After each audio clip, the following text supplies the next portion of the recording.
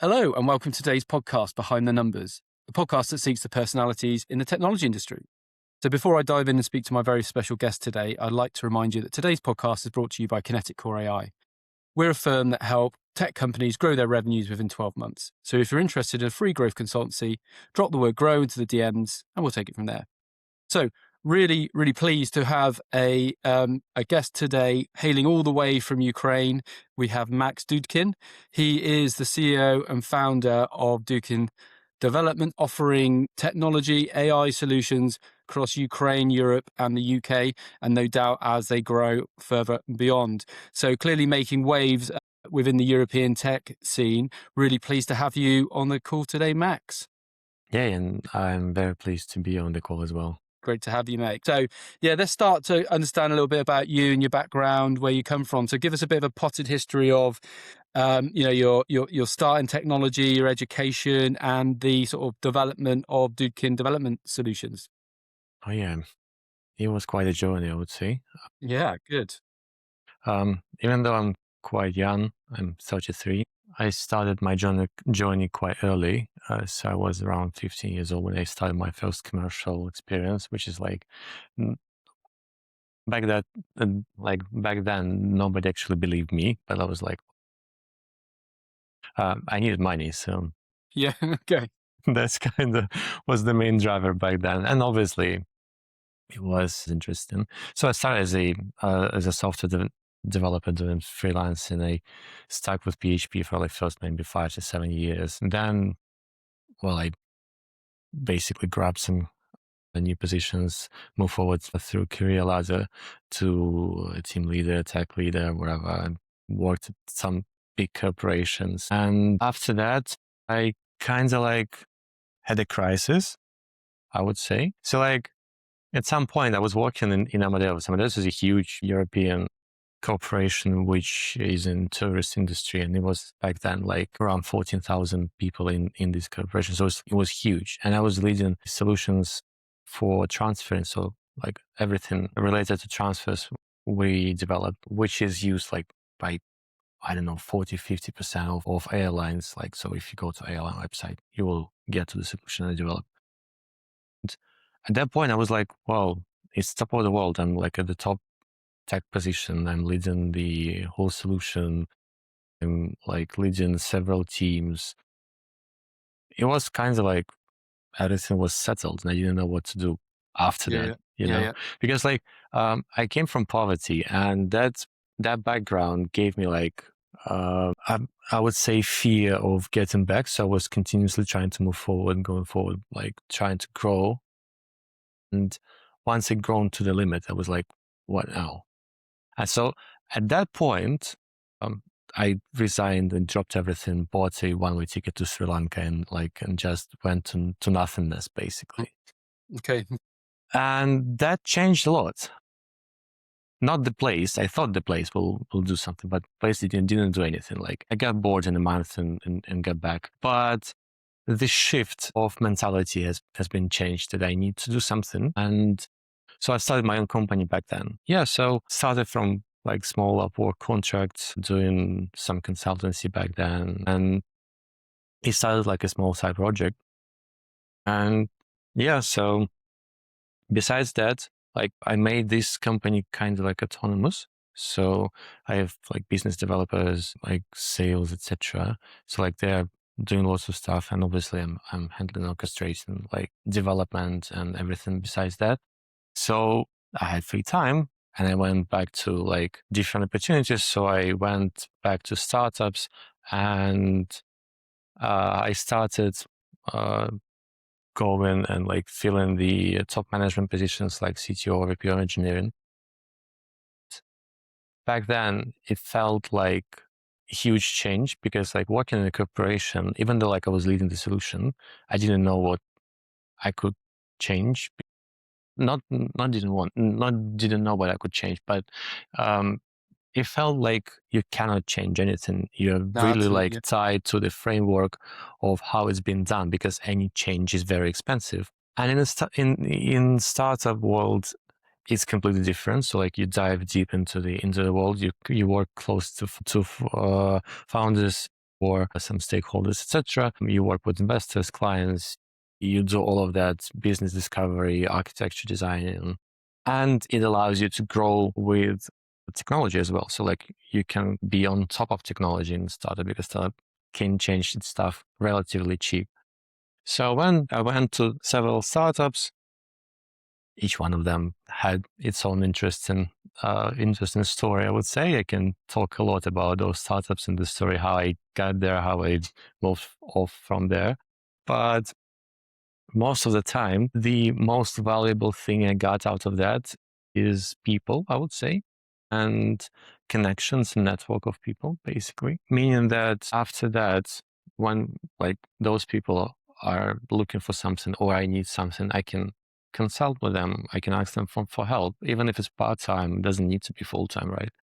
It's just people who I trust and who I can trust, like deliveries, etc. So yeah, that's kind of like how it all started. And also uh, having obtaining those top management positions was enabling me to build my own products inside my own company. So like, for example, I'm a home baker, so I bake breads and pizza, etc. And I was struggling because I just tweaked my recipe. I'm kind of geek and nerd, so I wanted to dive deep into everything I do. As a result, I tried to find some apps, etc., which will help me to go there, but they were not on the market. So in the era of AI, and I was just like, well, I will build this thing on my own. And as a matter of fact, the thing is that with this specific app and this specific project, it was an experiment as well for me personally. So like it was an experiment if I'm able to build production ready, production grade quality application from scratch using only AI. So like it was back then when like there were no like models like Opus 4.6, and you had to like tackle your way and steer models a lot. And it was quite a journey to build that thing. But the thing is that that specific project led me to build and integrate lots of processes of software development into my actual project that I Yeah. sell, basically. Yeah. So that's kind of like the journey here. Yeah. No, that's quite an interesting story for sure. So just give us a bit of an insight then how you as a person's had to develop, right? Because you started off as a dev, then you're running a team, Yeah. then you're running a business. Yeah. Max, your skill sets have had to evolve and change over those course of time. So do you still Yeah. do any dev work, or are you more Of focused on the course. business? Of You course. still, yeah. Like the thing is, I have ADHD, and this is like, Okay. this is a curse and a superpower at the same time, because like I can hyper focus and learn lots of stuff in so little amount of time. And at the end of the day, at some points, I can't just start my day and sit 8 hours for like straightforward doing the same amount of work. This was my main struggle, and I didn't understand until I was diagnosed. I was diagnosed quite recently, like a couple of years Yeah. ago. Before that, I was struggling to understand what is wrong with me, like why I cannot do the same thing like people do on day-to-day job. And I was constantly shifting from project to project, from company to company, from like ideas, from hobbies. I have so many hobbies, and people didn't understand why I had that many hobbies. And that kind of led me where I am at the moment. So I can hyper focus into, so I understand how to like turn on my hyper focus and stuff I actually need. So I basically use that mode to learn and get deep into any skill I need, basically. At the end of the day, once the hyper focus is finished, I'm switching between businesses, companies. Like, for example, as a side project, I have a 3D printing manufacturing, like not just 3D printing, but just cosplay items manufacturing, which I sell also in Europe and UK and US. That's kind of completely separate thing, but it's a separate entity, separate business, separate, like it has its own laws, logistic, manufacturing, like all that part. So yeah, that's probably the answer to your question, like Yeah, yeah, how for this sure. this is happening. But it came out gradually and organically, I would say. I was just constantly interested in things that were not in my job description, I would say. Yeah, yeah, no, absolutely. And that kind of like was very interesting for founders, especially when like I was trying to do stuff that kind of like above my pay grade, I would say. And when I did this thing like with good quality, everyone was happy. So that's how it went up and up. Very interesting, and it's interesting how you're using that ADHD as a superpower to be able to Yeah, have multiple opportunities and multiple businesses on at the same time. So, yeah, no, fair play. Well done for doing that. Sounds great. So, tell me a little bit about what's going on in the tech world with you at the moment.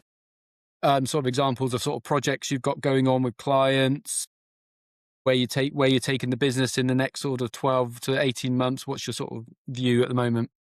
sure. Well, 12 months is a very, very interesting timeline, especially in these days. Like, to be fair, I was about to start a YouTube channel about AI things, and I recorded so many videos about the project, about the approaches. And the moment I record this video and actually like do all the cutting, editing, etc., literally everything changed and got upside down. So as a result, I was like, well, it's not relevant anymore. I don't Yeah, even yeah, wanted to put it out because like, what's the point? What's the point of me telling how to use cursor with like cheap models if now you can just use Cloud Code with $200 subscription and get an inference for like $5,000 API cost, which is like, so yeah. As for the projects, basically they are like split into three categories, I would say. So one category is pure like software, like product software development. Usually it's mobile application or web and mobile applications. And they are different depending on the industry. So like, but mostly I'm tied to like TypeScript world with React Native. I was evangelist of monorepo approach like 5 to 6 years ago. And basically, so that led me probably to this kind of approach because this is complex. It has some sort of business logic. It's not rocket science, obviously. It's not like, well, I cannot say it's very easy, but at the end of the day, it's basic things like tables, widgets, databases, etc. Nothing too special, but still. On the other hand, obviously, I'm doing AI work, so I can either integrate AI, train AI models, fine tune AI models, like build models from scratch, integrate this in applications or build applications. So, for example, at the moment, we're doing e-commerce application for e-commerce back office, basically. So they're doing photos of clothes, they're selling clothes. And our approach is to fine tune models to be able to dress people, specific people on their photos and present some AI generated content on their website from different sites, maybe making videos of that just to speed up development. Because like, imagine if you got like, I don't know, cost of AI inference, even if it's API cost, right? So no subscription. If you got like one item full of photos for $1, like if you're doing like 10,000 of items, you're paying a lot. It's $10,000. But imagine like making a photo set with actual models for 10,000 items. This is extremely expensive. And this is yeah, like way, way more than that, right? yeah, So yeah.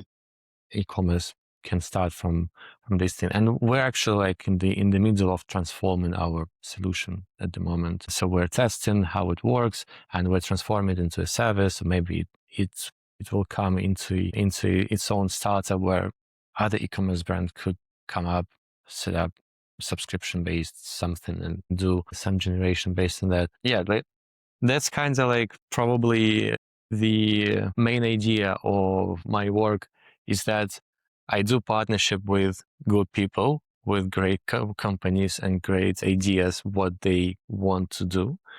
And we can come up with lots of stuff together. Like, so it can be either a new startup, it can be business optimizations, it can be any integrations. And the third part I mentioned is business optimization. So like uh, automations of processes, pipelines within it, and also AI, etc., etc. Yeah. That's kind of like main three buckets we're working at. Yeah. So And where is there a particular industry or sector that's working well for you, or are you pretty agnostic to it's anyone? it's all or nothing at the same time, I would say. Um, the uh, the market is tough right now because of AI, and lots of companies and investors are scared to invest money. So like the outreach is tough, which ends up uh, me doing most of the work with my network I built through. So like it's more of a networking thing, and it's kind of ad hoc. I cannot say that we're focusing like our marketing strategy at the moment, like for anything. Like I do some stuff in all of the branches. So for example, I'll be doing public speaking at NSN event in Spain next 2 weeks in April 23rd. And yeah, so like it's kind of hard to say which market is working right now, and or like even where I'm focused, because well, first of all, I have ADHD. It's hard for me to So focus on it's not much things. focus. Yeah, yeah. Um, but mostly I'm working through network. I'm working with people who trust me, which obviously makes the initial trust relationship very simple. So obviously we said at the top of the call you're based in the Ukraine. Mhm, Just explain a little bit about the environment there. How obviously with the geopolitics and what's been going on mhm. the last number of years, how have you found it operating from Ukraine? Is it tech has no borders, so you'll be able to just get on and do things, or are you constrained by the environment? Well, the environment is limited a bit. I cannot say that like war doesn't change anything. Obviously, we have some disruptions. We have sometimes electricity outages. We have massive shellings in the night, which results us not sleeping, meaning that like next day is not productive. So we have to deal with it. Obviously, we are adapted. We're like 4 years in full scale invasion, which is like hitting whole Ukraine every single day. From the outside perspective, that's usually quite unusual that we're still living regular lives in general. But at the end of the day, we still have to keep economy running. We still have to pay taxes, by some defense mechanisms, etc. Meaning that we have to provide um, as much as we can. So we're doing our best, and obviously, like we're doing lots of volunteering parts based on the situation. But besides that, as I said, tech has no borders. Like obviously, it has problems. So like if right now, for example, I like there would be an air alert, I would drop off and go into shelter, which is obvious, right? And everyone understands that, which comes with different I would say not different, which comes with difficult approach from a broad perspective, I would say. So for many companies, Ukraine was a huge outsourcing like solution for lots of IT stuff. So like just to give you some clarity, our IT like third of our GDP of Ukraine, if I'm not wrong. Really? Okay. So Wow. like it's huge. Yeah, yeah, absolutely. I might be wrong about the numbers. It was 4 years ago. Yeah, yeah, I'm yeah. not sure what it's now, but it was huge. The problem at that point is that outsource was very popular, and there were like huge outsourcing companies with like 10,000 of people, 15,000 of people, like developers, and it's just in Kiev. And there are like lots of other local outsourcing and product companies. Obviously, through years, the outsourcing paradigm started to shift to product development more, because product development is it feels more in house. It feels more like we're people get more actually interested in the outcome of their work, not just working for money, obviously. So that's why I'm calling like my partnerships with companies, and we're doing stuff together, not just like me doing something for them and then just forget about it. We're doing close work together, and this is a close partnerships usually. So what I was saying is that from Europe perspective and UK perspective, Ukraine now has some sort of risks. Obviously, like people can die because of shellings. We have mobilization, so people can get mobilized and go to front line. And that's kind of like brings lots of questions for founders and investors when they're like considering investing in Ukraine. So this is a huge challenge. I would say from my perspective, noticed the reduction of like hires, for example, in Ukraine through these last 4 years. And it's gradual reduction, but I can't say that it stopped people from collaboration. I still have clients in Europe and UK, even though like I'm in Ukraine. So basically, just cut off some of the clients who were okay with Russia, who are okay with Russians in their team, which we are not okay, obviously. So this brings separate questions. So like from European perspective or like from UK perspective, we're representing some risk to the business. But on the other hand, if they have Russians in the team, it will not be productive because we will not be able to work with the Russians, like especially with the ones who like support Russia and invasion, etc., which is like very difficult, obviously.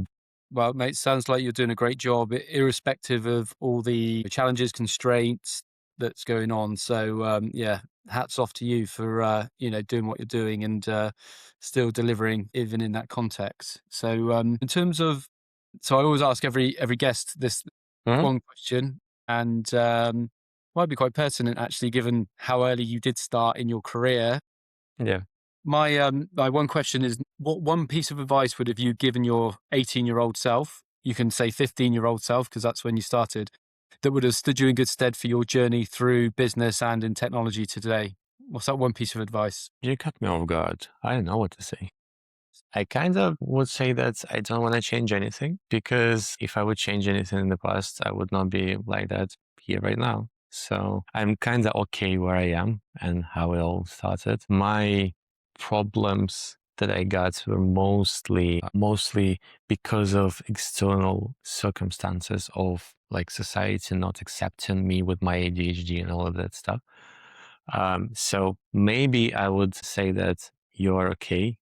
Don't really like stop caring about what people are saying about you, or like what they are trying to tell you how like who you should be. Just be yourself. And this is probably the main thought that I got after I was diagnosed with ADHD, that it's just like I am who I am. I will not be able to change my chemistry in my brain, unfortunately, even though I might want it. But I just have to find a way how to live with it, and how to make and how to use as much benefit as I can out of it. And that's it. That's great advice, right? Because I think, you know, whether it's ADHD or whether it's something else, we all have something that makes Yeah. us unique and special, and we've got to learn to embrace that and enjoy that and live with it and make it, like you say, a superpower as opposed to a constraint, which sounds like you've done in spades. So great stuff, Max. Thank you for that honest answer there. And I'd just like to, yeah, thank you. I mean, the story you've told is a story of resilience. It's a story of innovation and opportunity. And I think it's a great lesson for anyone who's listening, for younger people as well, around, working through all the challenges that you've worked through, not least with the ADHD, but then equally in a more sort of geopolitical way, and how you can still make an impact on the world, how you can still be successful and you can still do great things. So I thank you. And I think it's a great story that you've told to us today. Well, thank you once again, Max. And those you listening, if you found this story interesting, then please subscribe. If you're interested in free growth consultancy, as I said before, please drop the word grow into DMs, and look forward to seeing you at the next episode. Thank you.